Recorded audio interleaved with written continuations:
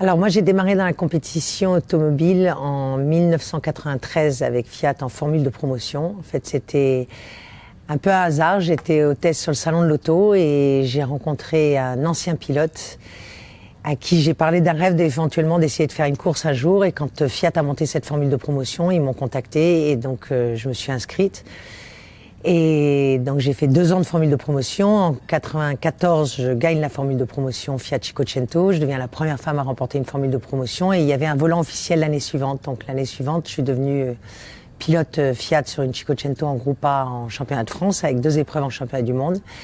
Et puis 1996, c'est là où Peugeot est venu me chercher, parce que pour la 106, c'était la voiture que les hommes voulaient prendre à leurs femmes. Donc je pense qu'en tant que femme, j'étais un petit peu l'image qu'on pouvait donner avec un côté sportif, donc une femme dans une voiture de rallye. Alors, moi je suis pas du tout issue d'une famille dans le sport automobile, même pas dans le milieu automobile. Mais j'ai toujours été attirée par les voitures depuis toute jeune. Je voyais des voitures passer, je savais reconnaître si c'était telle marque, telle voiture. J'aimais conduire, et puis j'ai été en plus une grande partie de mon enfance aux États-Unis où on pouvait conduire plus tôt. Donc quand j'y retournais, j'avais le droit déjà de conduire. Mais c'était pour moi quelque chose, je savais pas comment mettre le premier pied à l'étrier, puisque j'avais rien dans mon entourage ni familialement parlant qui pouvait m'amener à ça. Donc réellement, ça a été quand j'ai eu cette occasion-là à 22 ans donc de faire le salon, et qu'on m'a parlé de cette formule de promotion, je me suis dit voilà peut-être la manière pour justement démarrer dans le sport automobile, et puis voir, parce qu'au départ je me suis inscrite pour toute la saison, et j'ai passé vraiment 2-3 ans à faire que ça, que rouler, sortir la nuit avec les phares pour pouvoir voir dans les virages, et puis on avait une liberté qu'on n'a pas forcément autant aujourd'hui. Donc ça m'a permis de pouvoir énormément travailler la nuit, comprendre les différences de reflets de la lune sur l'asphalte, quand c'était l'hiver, essayer de repérer le verglas, voir visuellement que je me fasse pas piéger.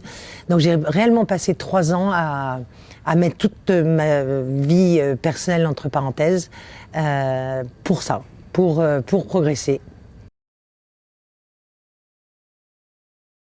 Donc, comme je disais, donc j'ai passé 3 ans chez Fiat, donc de 93, la saison 94 en formule de promotion, 95 donc pilote officiel en Groupe A, puis 96, 97 avec la Peugeot 106 Kit Car en 96 en étant championne de France, et en 97 sur la 106 Maxi en étant championne de France. Et puis après, je suis partie sur la Ford Puma où j'ai fait une partie du championnat d'Europe avec Ford. Et puis j'ai rencontré, qui est mon mari aujourd'hui, François Delecourt, qui était en championnat du monde. Et c'est vrai que lui rentrait, moi je partais. Donc il y a eu un moment où on s'est dit, c'est bien, mais c'est peut-être pas comme ça qu'on va pouvoir construire quelque chose. Et il m'a proposé d'ouvrir pour lui en championnat du monde. Pour moi, ça va paraître étonnant, mais encore plus stressant que quand je prenais le départ d'un rallye. Quand vous commencez la saison et que vous avez une épreuve comme le Monte-Carlo à ouvrir dans les conditions qu'on pouvait avoir à l'époque, je dormais pas beaucoup la nuit, parce on peut pas faire gagner, mais on peut faire perdre, on peut peut-être aider un peu, mais ça a été pour moi une grosse angoisse d'ouvrir comme ça pendant des années. Alors j'ai refait un rallye, le premier rallye que j'ai refait le rallye de Balagne avec une Clio R3T, et j'avais comme copilote François, mon mari, à mes côtés. C'était un peu un pari un peu fou avec des copains dans le sud. Et c'est vrai que je me suis posé la question avant, en me disant est-ce que c'est très raisonnable de mettre le père et la mère dans la même voiture alors qu'on a 3 enfants. Maintenant, comme mes enfants sont venus me voir, et j'ai dit surtout ne me dites pas où vous allez, parce que j'ai pas envie de vous chercher Et je les ai vus, j'ai vu leurs bras comme ça sur le bord de la route, et j'ai réalisé qu'en fait ça m'avait à peine déconcentré un quart de seconde, et qu'après je me suis remis dedans. Donc oui, avec le recul, je me dis ça peut être piégeux, parce que il y a ce danger-là de se dire je suis quand même maman, et c'est quand même pas un sport qui n'est pas dangereux.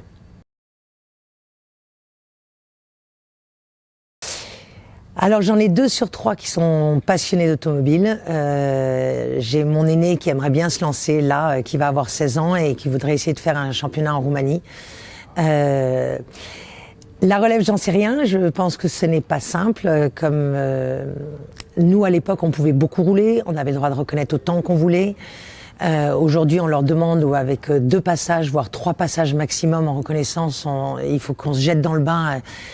Je pense que c'est compliqué. C'est compliqué pour eux. Donc, mais mon fils en rêve. Je ne casserai certainement pas son rêve. Je vais pas vous dire que ça m'enchante vraiment, parce que j'ai quand même la notion de ce que c'est que d'être dans une voiture et les dangers. On a vu dernièrement quand même des accidents depuis toujours. Donc c'est sûr qu'il y a un danger.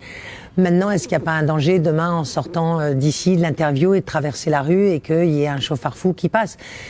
Donc je m'arrête pas à ça. Moi, je pense que ce qui aujourd'hui est encore plus à cette période-ci, qu'est-ce qui fait vivre? C'est la passion. Il faut du sport, parce que pour moi, il n'y a pas de vie sans sport. Parce que pour moi, c'est un équilibre. C'est bien d'avoir l'intellect, mais il faut avoir le sport en même temps.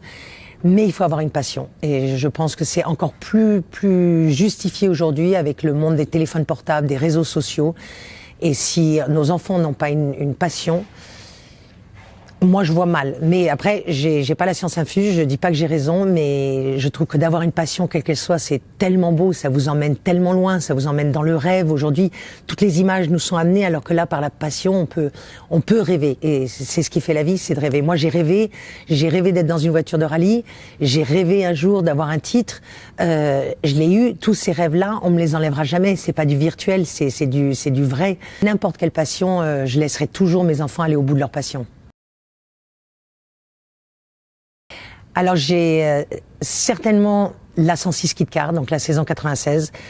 J'ai adoré la conduite de cette voiture, et d'ailleurs quand j'ai reloué une voiture pour le Var, j'ai pas trouvé de 106 disponible Kit Car, mais donc j'ai pris une voiture un peu similaire, une Saxo, parce que c'est l'esprit que j'aime dans ces voitures. Et mes 2 rallyes, parce que c'est les meilleurs résultats aussi, c'est le rallye du Rouergue et le Mont Blanc. Où j'avais fini, si je me trompe pas, 6e et 7e au général avec la Kit Car. Et c'est vraiment des bons souvenirs. Et les années Peugeot ont été des très très bons souvenirs dans ma carrière.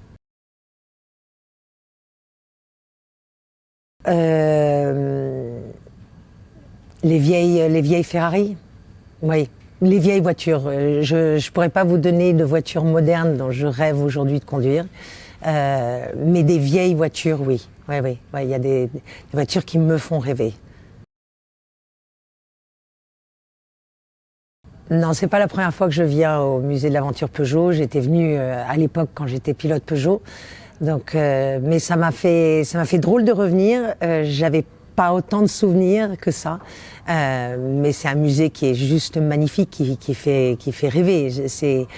Je trouve que ça vaut la peine d'être connu, parce que j'ai passé vraiment un moment extraordinaire à le parcourir et de voir un petit peu toute l'histoire, pas uniquement de la compétition automobile, vraiment l'histoire de la maison Peugeot.